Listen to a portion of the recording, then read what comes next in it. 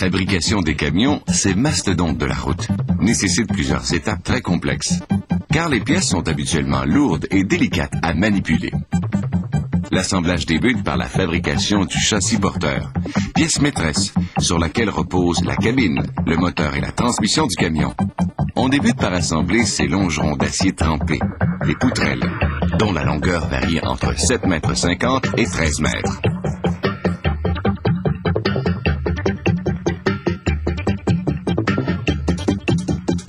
Le châssis est fabriqué comme un gigantesque jeu de mécano. Les longerons sont solidement fixés ensemble avec des écrous et des boulons serrés à l'aide de puissants outils pneumatiques.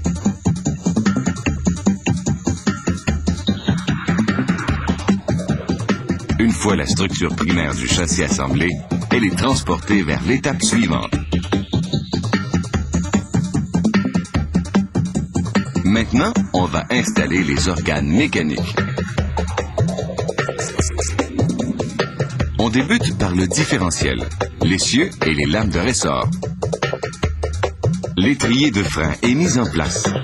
Les plaquettes installées sur l'étrier permettront au camion de freiner. On installe maintenant le moyeu, la pièce sur laquelle sera fixée la roue. On insère les arbres de transmission qui feront tourner les roues motrices.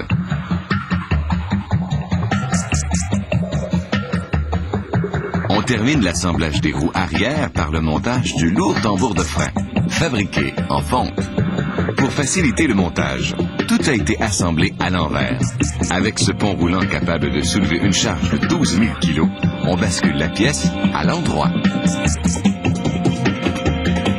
Étape suivante, le groupe motopropulseur. La transmission est boulonnée au moteur, vu ici en jaune. Le groupe motopropulseur, soit le moteur, l'embrayage et la transmission, est installé à l'avant du châssis du camion.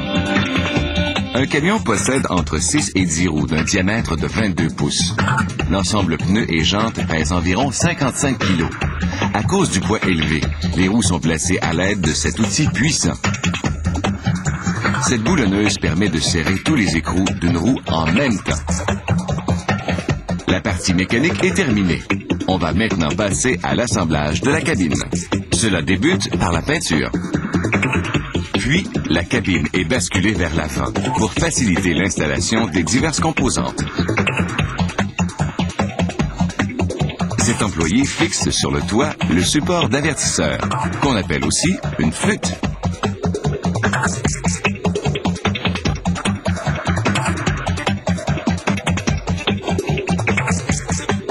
Maintenant, à l'intérieur de la cabine, on commence par installer le tableau de bord, qui pèse environ 35 kg. Par la suite, on branchera tous les fils, la colonne de direction, le levier de vitesse et les pédales.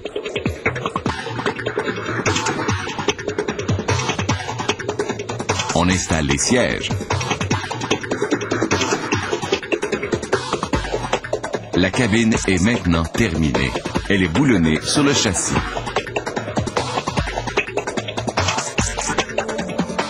C'est au tour du capot moteur. On complète par les phares, les tuyaux d'échappement et les garde-boue. Voilà, le camion est presque prêt à prendre la route. On le fait démarrer et on vérifie si tout fonctionne parfaitement bien. Il est maintenant prêt à être livré au client.